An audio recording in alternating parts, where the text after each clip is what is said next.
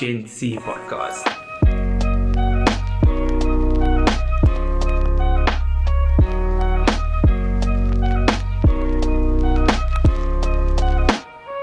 Welcome to the Gen Z podcast. I'm your host, JP Jackson, and today in the building we have Ashwyn Adams. Welcome, Ashwyn. Thanks for having me, Jeff. Well, the pleasure is ours. So for those that do not know, who is Ashwyn Adams? Sure, I feel like I'm in a bit of a job interview. Japes, I'm born and raised in Goodwood, similar to yourself. Went to school at Goodwood Park Primary, attended Rondebosch Boys High School. From there went to UCT, studied, the same as you basically. And hopefully in the near future will be a qualified CA. So basically I'm like the junior version of you. Yeah. Well, you shouldn't take all my traits, but all of them are good. So you mentioned that you were in Goodwood and you went to Goodwood Park. Yeah. And shortly after that stint, you then left to go to Rondebosch High. Yeah. So what was that experience like? Because you left your whole entire friend group that you built up from primary school to start a whole new life in the South. Yeah. Was that difficult in any way? In the beginning, it was tough. Massive culture shock, completely different. Just the way, Goodwood's obviously very Afrikaans. The school I went to completely Afrikaans. I mean, out of Afrikaans first language at primary school. Coming to Rondebosch, they asked me which, for example, they were which sport do you play? I was like, rugby. They were like, excuse me? There's only one. They was like, where's the CK in so it was a massive culture shock, just the way people are. And it's very different. I was the only one from my school that went over to Bosch. So took a few months to adjust, but luckily for me, I had sport, when you're good at sport, you're playing in the A-team, whatever, you adjust quite quickly. So people, become friends there. And then all of a sudden the mocking slows down a bit and you sort of start to fit in, which is nice. So, yeah. And you're playing it down a bit because you were very good at the sport. So much so that you got your provincial colours in the rugby and then went on to play SS schools and then eventually for UCT. And the rugby offered you so many opportunities. Do you mind just elaborating on those type of experiences you got through the rugby? Yeah. So look, James, I was so fortunate to be able to go to the schools and the university that I went to. I always tell people, my parents would never have been able to afford to send me to a Rondebosch or a UCT or anything like that. Unfortunately for me, like you said, I was decent at rugby. So I was fortunate to get a scholarship to Bosch. There I made Western Province and SS school throughout all the age groups, which was nice. From there, got a bursary to go to UCT, study what I want. And, like I say, I always tell people, for me, I wouldn't be sitting where I am today if it wasn't for rugby.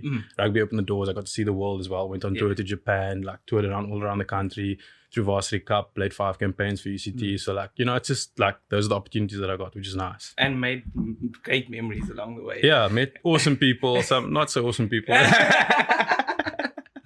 So it was awesome. So then, even though you were so good at rugby, you're one of the few people that that has that balance. That I'm good at sports, but I also need to look at something after post-sport. Yeah. And you advocate very heavily that you should have something towards your name at the end. Yeah. Where does that come from? Since young, James, I was always just interested in not numbers, but always liked maths and at school then accounting. Did you like maths or money? Sure, I can't really say which one you have. But I always just enjoyed those. Call it applied subjects. The maths, the sciences. It always just sort of came naturally to me. And then at school, I was I enjoyed accounting. I was oh, cool, this is quite nice. Debit on the left. And then from a young age, you can ask my parents. When I was about 16, I was cool, I'm going to be a CA. Nice. At the time, we had a family friend who was already a CA. And I sort of looked up to him. I saw what he, as a colored person, could achieve. And I was that's sort of where I want to be headed. And, even for an example, after school, I went to the Western Province Institute, but I wasn't actually going to go there. I said to my parents, I'd rather want to go to UCT and study straight away. I was why waste a year of my life? Yeah. I can play rugby at UCT once I do this. Eventually they convinced me to, they were no, you have to come. And so I said, okay, cool. I'm going to go there for a year. But my mind was still set that post this, I'm going to UCT. I'm studying, to become a CA. And I stuck through. I went through with it. In the pathway. Yeah. The never ending.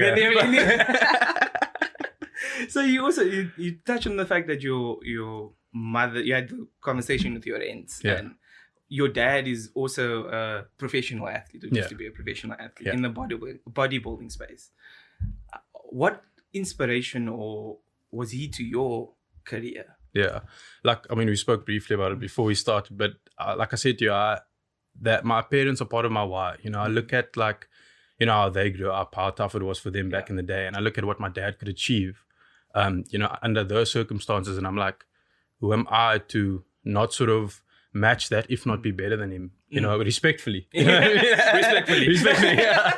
You know, it's like, and I always think to myself, you know, if he could overcome those things and achieve what he did, like, you know, I can do so much more with the opportunities that I have now. So it's almost like in a way, that's my way of showing them the respect and appreciation that I have, what they've done for me. So that's, you know, family is a big contributing factor and a big why in my life of why I do anything, whether it's rugby, my studies, whatever, just to achieve, just to make them proud. For me, at the end of the day, it's like I always tell people, making the provincial sides, the SA sides, getting the accolades, it's all nice and it's, you know, it pats the ego, but seeing that smile on your parents' face, that's something that priceless. You know, that's priceless. So that's why I essentially do what I do. Yeah, and also seeing the disappointment is also very bad. Exactly. That's the thing. It's there was a few times where it wasn't always smooth. Exactly. So you mentioned that you're such a close family in your relationship with your sister. Yeah. How is that dynamic, being the younger brother, but also the bigger one to look after? Yeah. No, it's an awesome relationship, Jabe. She's honestly, I think, the person one of the people who looks after me the most. You know, like if you had to attack me in any way now, Sasha would be on your case. She'd be there. I mean, she'll tell you the story of how we went on holiday when we were young. I was probably about 8 or 9 years old, you know, and there was like, we were playing in the play area and there were these kids, like, I don't know if they were chirping us or whatever, and somehow the one girl took my shoe and threw it in the pool, and Sasha came there and she was just giving them words. I didn't think it was that big of a deal, but she jumped on it. But even till today, like, you know, like when my girlfriend first came into my life, Sasha was like, okay, so who's this girl and what, you know, what, exactly. You know, for that, like, she's awesome. Like, I really appreciate her for that. And now we have an awesome relationship. And how's the relationship between the two? Between Sasha and my girlfriend? No, also awesome. Oh, okay. No, good. You heard it here first.